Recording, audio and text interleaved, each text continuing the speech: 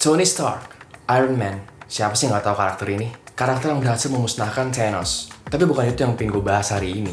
Selain dari pinter dan hebatnya dia, menurut gue karismanya ini nggak kalah keren. Ketika dia ada di ruangan sama banyak orang, lu ngerasa gitu kalau dia tuh orang yang paling keren. Cara dia ngomong, gerak-gerik dia, keputusan yang dia ambil. So, jadi ini video untuk lu yang penasaran kenapa sih ini orang tuh keren banget.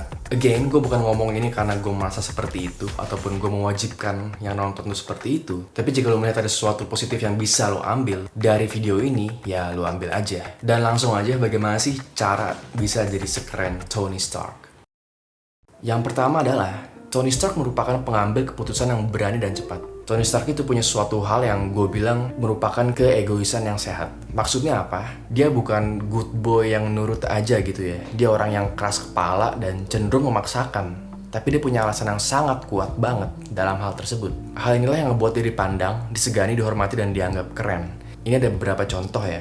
Contoh pertama adalah dimana dia pengen nge-shutdown manufacturer yang membuat misilnya. Sampai dia tuh maksa ngomong walaupun dia dipaksa diam. Dan walaupun dia tahu bakalan banyak orang yang gak suka terhadap keputusan dia. Effective immediately, I am shutting down the weapons manufacturer division of Starkville National. Until such a time as I can decide what the future of this company will be, what direction it should take, one that I'm comfortable with and is Dia selalu ya gak membiarkan dirinya itu dipotong saat menyampaikan poinnya. Dia akan terus berusaha mengakhiri kalimatnya dan menyampaikan poinnya sebelum dia berhenti ngomong. Our best work after the fact. What are the Avengers? We're the Avengers, not the pre-Vengers. Okay. Right? You made your point. Just sit down, okay? No, here's my point. You know what? Tony, She's just sit, great. sit down. We need you. Sit You're down. new blood. A bunch of tired old mules. I got nothing for you, Cap. I got no coordinates, no clues, no strategies, no options, zero and zip, nada. No trust. Contoh kecil lainnya juga lu bisa lihat dari seberapa cepat dia berpikir dan juga nggak hanya nggak membiarkan dirinya dipotong saat berbicara, tapi dia juga memotong pembicaraan ketika dia pikir itu perlu. Ini adalah contoh ketika dia sadar pada saat lagi court hearing Iron Man ya. Kalau temannya si Rhodey ini agak tertekan oleh juri dan dia terpaksa untuk memotong pembicaraan. I did, however, go on to summarize that the benefits of Iron Man far outweigh the liabilities, and that it would be in our interest to fold Mr. Stark into the existing chain of command. I'm not a Senator. joiner, but I'll consider Secretary of Defense. If you ask nice, we can amend the hours a little bit. Mungkin lo juga inget scene ini ya, bahkan ketika dia merasa benar, dia bisa se-ekstrim seperti dia menyadap monitor di court hearing untuk menekankan poinnya, di mana dia mengekspos beberapa negara yang ingin meniru membuat Iron Man. Dan ini signs of power ya. Kita tahulah banyak orang yang lagi ngomong terus dipotong, jadi poinnya nggak tersampaikan dengan baik. Ketika kita dipotong terus-terusan saat berbicara, lo nggak akan terlihat powerful gitu. Lo akan terlihat kurang meyakinkan, kurang tegas, dan lama-lama orang juga nggak akan terlalu ngedengerin lu. Lu akan dipandang, gampang lah, dia juga paling ikut-ikut aja. Dan Tony Stark sering melakukan ini bukan karena dia emang ngeselin aja gitu. Dia punya alasan yang kuat kenapa dia ingin prove his point, ingin menekankan poinnya walaupun dia se-ekstrim memotong pembicaraan orang ataupun se-ekstrim menyadap monitor ketika court hearing. Orang yang seperti Tony Stark ini lebih sedikit dibandingkan orang yang setuju-setuju aja. Karena untuk menjadi pengambil keputusan yang berani dan juga cepat dan juga keras kepala gitu ya, itu banyak resikonya. Resiko ketika lu salah, resiko lu jadi debat sama orang lain, resiko jadi nggak disukai orang lain. Tapi ya manfaatnya juga banyak gitu. Orang lain jadi tertarik dengan apa yang lu ingin ngomongin. Lu akan mempunyai suara yang lebih dianggap daripada orang lain. Lu akan menjadi lebih percaya diri dan lu juga akan meng-attract orang-orang yang percaya diri kayak lu. Makanya nggak heran gitu kan, kenapa Tony Stark selalu menjadi pusat perhatian. Selalu ketika dia datang ke sebuah ruangan, mata orang-orang tuh langsung ke dia. Karena reputasi dia ya seperti yang gue bilang tadi. Dia bukan orang yang setuju-setuju aja. Jadi orang tuh menunggu gitu, ini orang bakal ngomong apa sih. Kedua adalah ketenangan menggunakan humor. Jarang banget ya lu lihat Tony Stark ini panik dan out of control. Mau situasinya gimana pun dia selalu terlihat tenang dan nyari jalan keluar. Ini yang buat dia keren. Bayangin aja setiap kalau ada musuh berbahaya, si Tony Stark malah panik dan bingung gitu. Itu kan pasti akan terlihat nggak keren ya kan.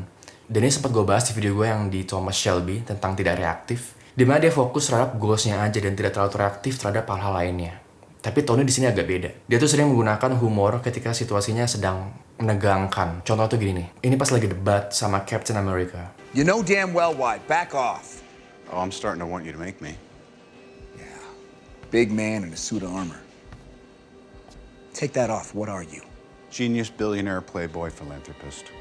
Bahkan pas lagi lawan pasukannya Thanos dan juga Thanos itu sendiri, dia masih sempat ngelawak walaupun situasinya sedang bahaya. Does this chattering animal speak for you? Certainly not. I speak for myself. You're trespassing in this city and on this planet.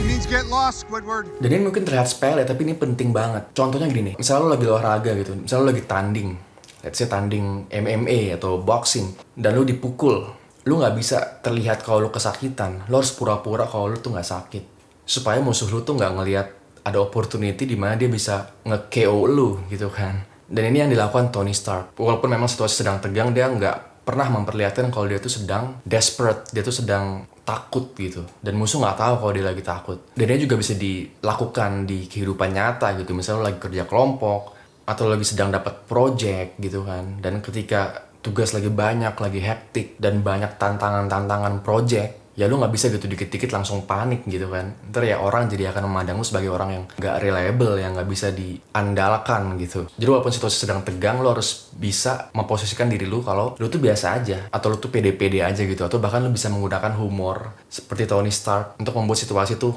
lebih nggak tegang. Tony Stark juga sering menggunakan humor ini tuh di kehidupan keseharian dia ya, nggak hanya ketika situasi sedang menegangkan. Well, banyak penelitian menunjukkan bahwa skill ini ya, menjadi humoris, bisa membuat lu jauh lebih atraktif. Nggak hanya di pandangan lawan jenis, cuman dari semua orang. Dan bahkan meningkatkan skill leadership lu, skill kepemimpinan dari diri lu. Dan menjadi humoris adalah spesialis dari Tony Stark. Yang ketiga adalah mempunyai expertise. Lu harus punya sesuatu yang nge-backing diri lu, pembuktian gitu ya. Kalau lu mau jadi keren, ya lu harus punya sesuatu yang lu bawa ke meja. Apalagi kalau lu misalnya kayak Tony Stark ini ya, yang berani untuk beropini dan mengambil keputusan yang sulit. Lu akan jauh lebih dianggap dan juga di-respect. Kalau lu punya reputasi, lu tuh emang orang yang punya skill gitu.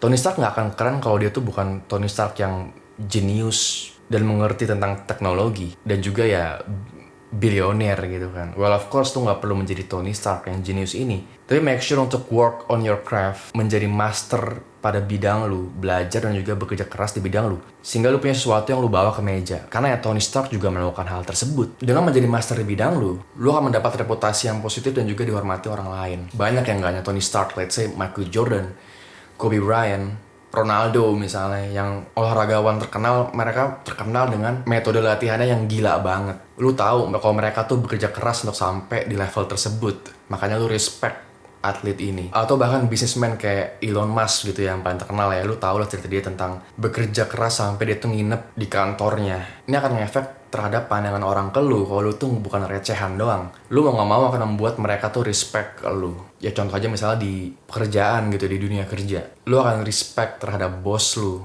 kalau lu tahu dia tuh memang skillful dan juga berusaha untuk menjadi master pada bidangnya. Tapi sebaliknya lu akan ngegosipin bos lu akan ngejelek-jelekin bos tuh ketika lu tahu dia tuh ngomong doang gitu kan. Contoh model lainnya mungkin Ahmad Dhani gitu. Dia mungkin terkadang terlihat sombong, ya sama seperti Tony Stark lah. Tapi lu nggak bisa nggak respect dia, karena lu tahu dia tuh memang jago untuk ngebuat musik. Seperti Tony Stark, jago terhadap teknologi yang dia buat. Kalau lu nggak punya skill atau hal apapun yang lu bawa ke meja gitu, lu akan hanya dipandang sebagai orang yang sombong dan nggak jelas aja. Jadi ya, itu ya 3 hal yang membuat Tony Stark, Iron Man ini keren banget. Kalau dirangkum tadi ada 3 hal.